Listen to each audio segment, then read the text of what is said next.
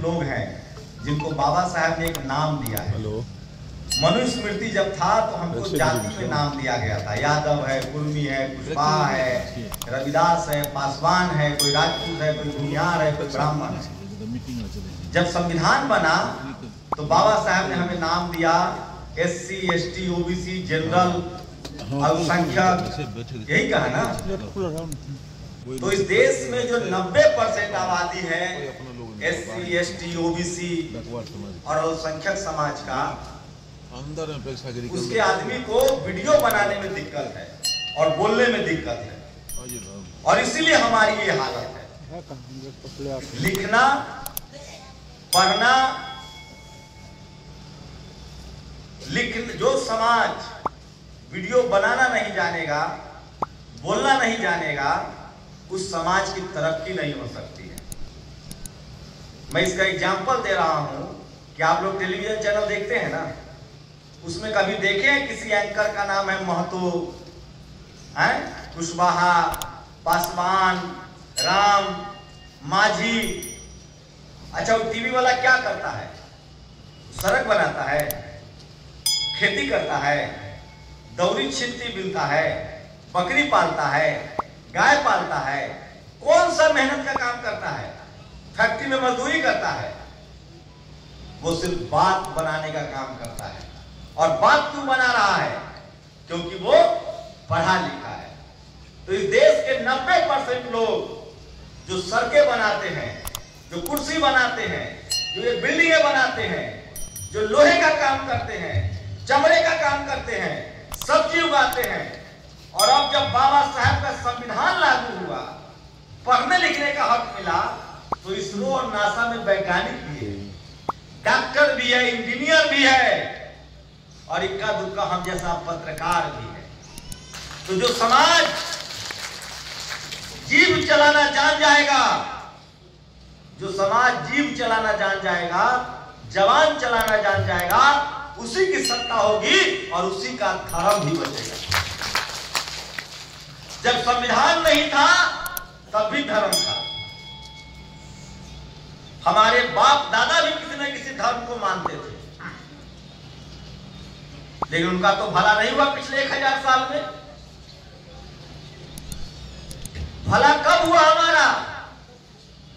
जब बाबा साहब ने हमें संविधान दिया, तभी हमारे शरीर पर कपड़ा आया।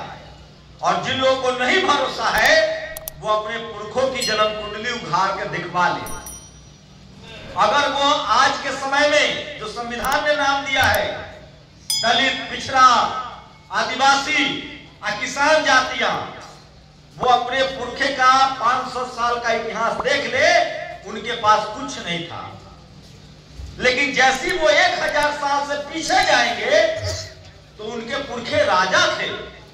सम्राट अशोक के वंशज हैं हम लोग। घनानंद था, चंद्रगुप्त मौर्य था, नाग वंश था, पाल वंश था, सब वंश था, राजा भी थे। राजपाट कैसे गया? जब इस देश में बहुत धर्म था, वो भी एक विचार था, वो भी एक धर्म था, तो इस देश में सोने की चिड़िया कही जाती थी। लोग व्यापार करते थे, घरों में ताले नहीं लगते थे। सम्राट अशोक का दौर हो, चंद्रगुप्त मौर्य का दौर हो, भारत ज्ञान विज्ञान का केंद्र था। उस समय जो सब्जेक्ट था, उसी भारत में फाइयान हेनसन आके पढ़ाई करता था। अब आप कहिएगा कि हमारे पिताजी के पास हाथी था तो चला कैसे गया? उसी मनुस्मृति की वजह से चला गया। कोई आया होशियार आदमी, उसने सबसे पहले मनुस्मृति बनाया और फिर जाति बनाई, और हम जो राजा थे उन सबको जातियों में बांट दिया।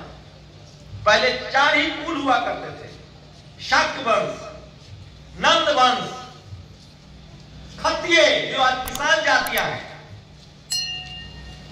4 या 5 कुल थे। कोली वंश भगवान बुद्ध थे, शाक्य वंश के।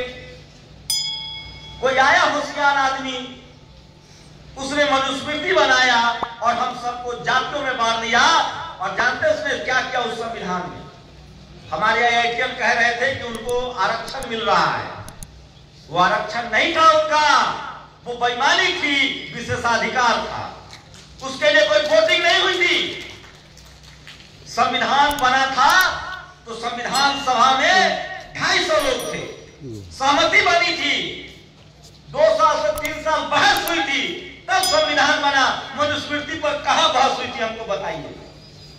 तो वो उनका आरक्षण नहीं था, वो विशेषाधिकार था जो जाति के नाम पर था। उन्होंने जाति बना दी और बाकी लोगों को कहा, जो फूले साहब ने कहा है, यहां लगाएंगे भैया, यहां लगाइए, आप डिस्टर्ब कर रहे हैं भाई, कैमरा लगाना होता है तो उधर से आइए। बेसिक तो फॉलो कीजिए, किसी को आके डिस्टर्ब कर रहे हैं आप। अब हम क्या बोले, अब मैं भूल गया। तो वो विशेषाधिकार था उनका, और उसकी वजह क्या थी? जो फूले साहब ने कहा, विद्या बिन गति गई, गति बिन मति गई, मति बिन व्यापार गया, व्यापार बिना हम शूद्र कहलाए। उन्होंने कहा कि इसका शरीर तो है, लेकिन इसको सोचने समझने की ताकत खत्म कर दो और इसको स्कूल जाने से बंद कर दो। जो आदमी एक्सरसाइज नहीं करेगा, मेहनत नहीं करेगा, खाएगा नहीं, वो कमजोर और लाचार हो जाएगा।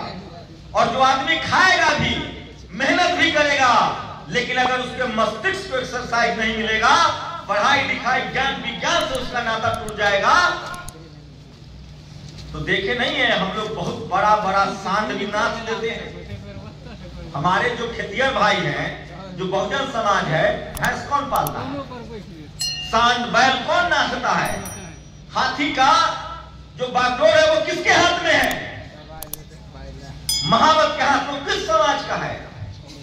लेकिन हम लोग उसी तरह से हो गए। हमारा मानसिक जो ज्ञान था उसको छीन लिया गया जातियों में बांटकर, और नतीजा ये हुआ कि हमें पता ही नहीं चला कि हमें करना क्या है। और सोचिए, जातिवादी मनुवादी बहुत शातिर है, ये हमें मारना नहीं चाहते थे। मैं संविधान पढ़ाऊंगा बस 2 मिनट और। ये मारना नहीं चाहते हैं, ये हमें सस्ता मजदूर बना के रखना चाहते हैं। ये चाहते हैं कि सब्जी हम उगाएं,